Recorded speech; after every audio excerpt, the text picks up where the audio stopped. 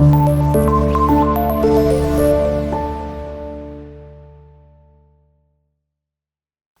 वालेकुम स्टूडेंट्स, मैं सैयदा मोमिना बुखारी हाज़िर हो गई हूँ आपके सामने एक न्यू वीडियो के साथ। जैसा कि मैंने प्रीवियस वीडियो में आपसे डिस्कस किया था कि हम लोग चैप्टर नंबर 4 को ही मैं अपने आगे कंटिन्यू करूँगी। हमने उसका फर्स्ट टॉपिक जो था, जो कि डाइजेशन के बारे में था और उसकी टाइप्स के बारे में था, वो हमने डिस्कस कर लिया था। तो आज हम लोग मैंने आपको एलिमेंट्री कैनाल का इंट्रोडक्शन भी दे दिया था अपनी प्रीवियस वीडियो में।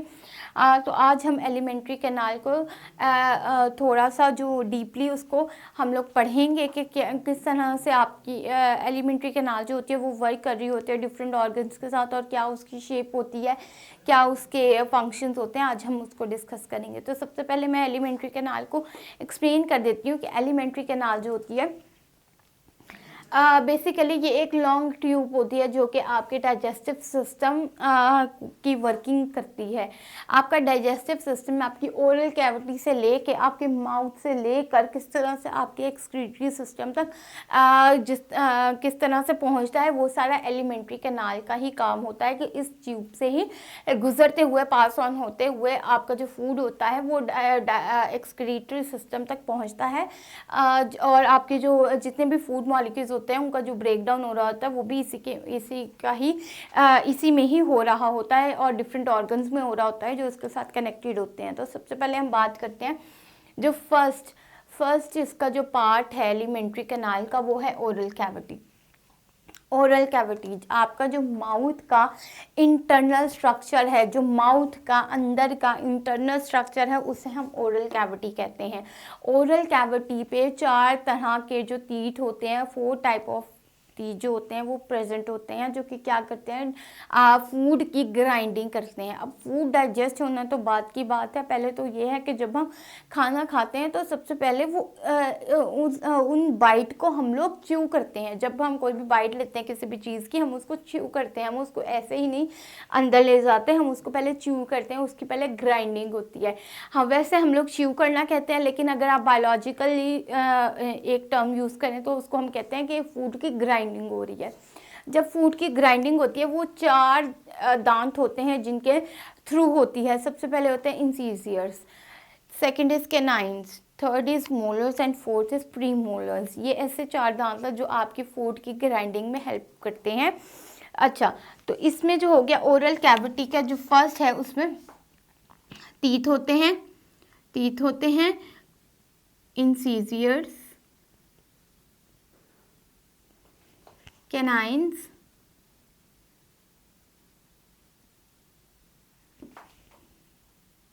Molars, premolars. अब ये जो होते हैं, ये तीन जो होते हैं फूड की ग्राइंडिंग में हेल्प आउट करते हैं। अब इसके बाद बात कर लेते हैं कि जो ओरल कैविटी होती है उसके अगर आप बेस में देखें तो टंग भी जो होती है वो भी ओरल कैविटी का एक पार्ट होता है। टंग पे जो होते हैं वो डिफरेंट तरह के जो टेस्ट बर्ड्स होते हैं वो प्रेजेंट होते हैं, जो कि फूड की रिकग्निशन करते हैं कि उनकी टेस्ट को रिकग्नाइज करते हैं। अगर देखा जाए तो हमारी ओरल कैविटी में सिलिवरी ग्लैंड्स भी प्रेजेंट होते हैं। हमारी ओरल कैविटी में सिलिवरी ग्लैंड्स भी प्रेजेंट होते हैं जो कि क्या करते हैं, सलाइवा को प्रोड्यूस करते हैं। जो कि ओरल कैविटी में सलाइवा, जो हमारे माउथ में जो एक लिक्विड प्रोड्यूस हो रहा होता है उसे हम सलाइवा का नाम देते हैं। सलाइवा क्या करता है, जब हम फूड को च्यू कर रहे होते हैं या फूड की ग्राइंडिंग हो रही होती है तो उसके साथ सलाइवा मिक्स होता जाता है, ये लिक्विड फूड के साथ मिक्स होता जाता है, जिसकी वजह से ये होता है कि फूड सॉफ्ट हो जाता है और हमारे टीथ जो होते हैं उनके लिए एक ईजीनेस हो जाती है, उनके लिए एक ईज़ हो जाता है कि फूड की ग्राइंडिंग में उनको आसानी हो जाती है। नेक्स्ट हम बात करते हैं सिलिवरी ग्लैंड्स जो होते हैं वो आपकी ओरल कैविटी में प्रोड्यूस होते हैं, ओरल कैविटी में प्रेजेंट होते हैं, जो कि क्या करते हैं, सलाइवा को प्रोड्यूस करते हैं। नेक्स्ट हम बात कर लेते हैं अपने फारेक्स की और लैरिक्स की। जो आपका ओरल कैविटी से जो आपके ओसोफेगस होता है उसमें जो फूड एंटर होता है वो किस ट्यूब के वो किसके थ्रू, फारेक्स के थ्रू एंटर होता है। जो आपकी एयर जो होती है, जो इन्वायरमेंट से, एटमॉस्फेयर से एयर ले रहे होते हैं, हम इनहेल कर रहे होते हैं और एक्सहेल का प्रोसेस हो रहा होता है, वो लारेक्स के थ्रू जो होता है वो हम एयर जो होती है वो आपकी ओसोफेगस में एंटर हो रही होती है या कार्बन डाइऑक्साइड लीव कर रही होती है। जबकि जो फूड होता है, फूड कैसे आपका ओसोफेगस में एंटर हो रहा होता है, वो लारेक्स के थ्रू, वो फारेक्स के थ्रू एंटर हो रहा होता है। जो एयर एंटर हो रही होती है आपके नोज के थ्रू ओसोफेगस में, वो लारेक्स के थ्रू हो रही होती है। जबकि जो फूड ओसोफेगस में एंटर हो रहा होता है वो फारेक्स के थ्रू एंटर हो रहा होता है। अब हम बात कर लेते हैं ओसोफेगस, जो कि नेक्स्ट पार्ट है।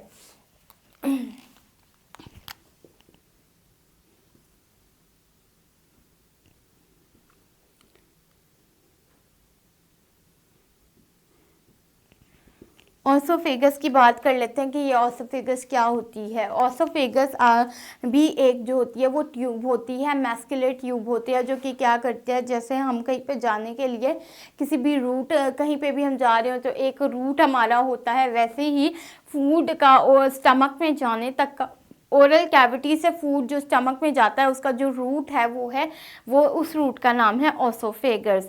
मैं एक बार दोबारा आपको एक्सप्लेन कर देती हूँ कि ओसोफेगस क्या है। एक रूट का नाम है, एक ट्यूब का नाम है। जब फूड जो होता है स्टमक में जाता है, आपके उसके ग्राइंड होने के बाद जो स्टमक में जाता है, जिस ट्यूब के थ्रू जाता है उस ट्यूब को कहते हैं ओसोफेगस। ये जो ओसोफेगस होता है ये बेसिकली रूट होता है जिससे क्या करता है, फूड पास ऑन होता है स्टमक में। आपकी ओरल कैविटी से जो पास ऑन होता है फूड स्टमक में, उसे हम कहते हैं ओसोफेगस। नेक्स्ट हम आ जाते हैं स्टमक पे। तो हम रूट ओसोफेगस के आगे भी हम उसकी डेफिनेशन में आपकी आसानी के लिए लिख देती हूँ कि ओसोफेगस क्या होता है। लॉन्ग ट्यूब होती है, food enters into stomach through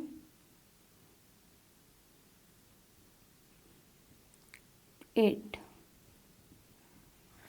oral cavity क्या होता है? ओरल कैविटी के बारे में भी मैं लिख देती हूँ, the internal part of your mouth. Internal structure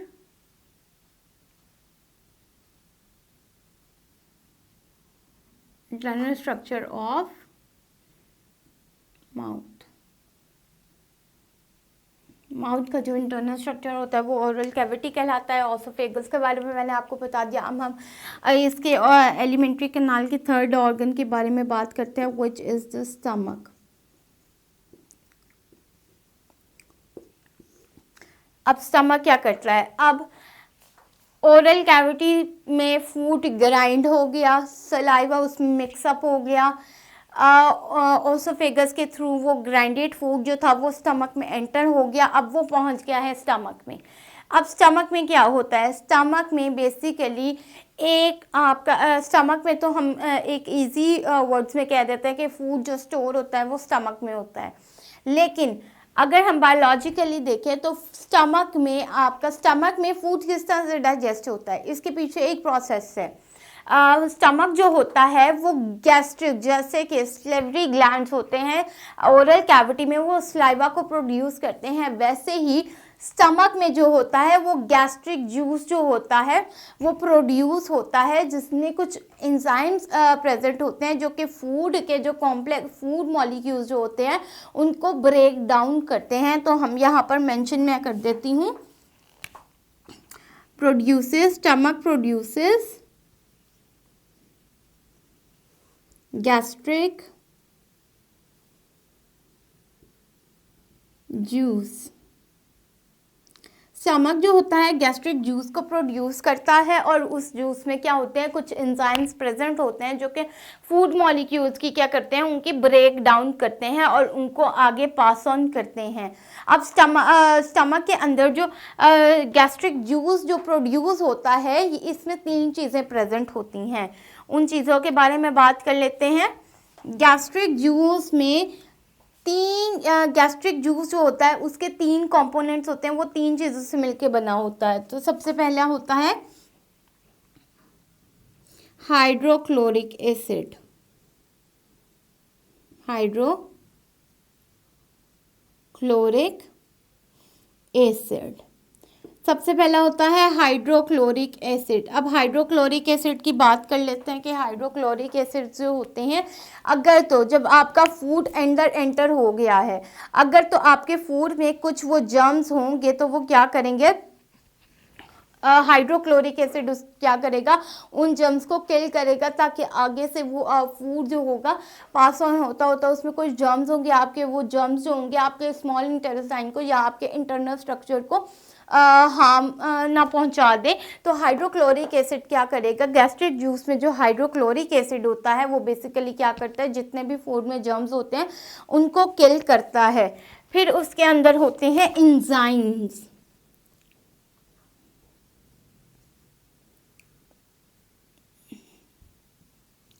अब ये एंजाइम्स क्या करते हैं, एंजाइम्स आपके जब आपका हाइड्रोक्लोरिक एसिड ने अपना काम कर दिया फूड को प्योरीफाई करने का, जितने भी जर्म्स थे उनको मारने का काम हाइड्रोक्लोरिक एसिड ने कर दिया। अब जो उसके अंदर गैस्ट्रिक जूस के अंदर जो एंजाइम्स प्रेजेंट होंगे, जब वो फूड प्योरीफाई हो जाएगा उस फूड को क्या करेंगे, उसमें जितने भी मॉलिक्यूल्स कॉम्प्लेक्स मॉलिक्यूल्स होंगे उसका ब्रेक डाउन जो होंगे वो एंजाइम्स करेंगे। एंजाइम्स जो होती हैं वो आपकी एक तरह की प्रोटीन्स ही होती हैं। एंजाइम्स क्या करते हैं, जितने भी फूड मॉलिक्यूल्स होते हैं उनको ब्रेक डाउन करते हैं ताकि वो हमारी ब्लड में डिफ्यूज़ हो जाए और हमारे स्मॉल इंटेस्टाइन में एंटर होकर हमारे ब्लड में डिफ्यूज़ हो जाए, और जितने भी उनके अंदर कार्ब्स, मिनरल्स, प्रोटीन्स वगैरह हैं वो हमारी बॉडी ऑर्गन्स तक पहुंच सकें। थर्ड चीज़ होती है उसमें वाटर, क्योंकि जूस है तो उसमें वाटर तो होगा ही। तो यहाँ तक हो गया, हमने एलिमेंट्री कैनाल के 3 पार्ट्स के बारे में बात कर ली है बहुत डीपली। फर्स्ट है ओरल कैविटी, सेकंड है oesophagus and the third one is stomach. अब मैं नेक्स्ट वीडियो में जो ओरल कैविटी के रिमेनिंग पार्ट्स हैं, ओरल कैनाल के जो रिमेनिंग पार्ट्स हैं, मैं उनके बारे में डिस्कस करूँगी। तब तक के लिए आप मेरी वीडियो देखते रहिएगा। कुछ भी समझ ना आए, कोई भी क्वेश्चन हो तो आप कमेंट बॉक्स में ज़रूर मुझसे पूछिएगा। तब तक के लिए स्टे ब्लेस्ड, अल्लाह हाफिज़।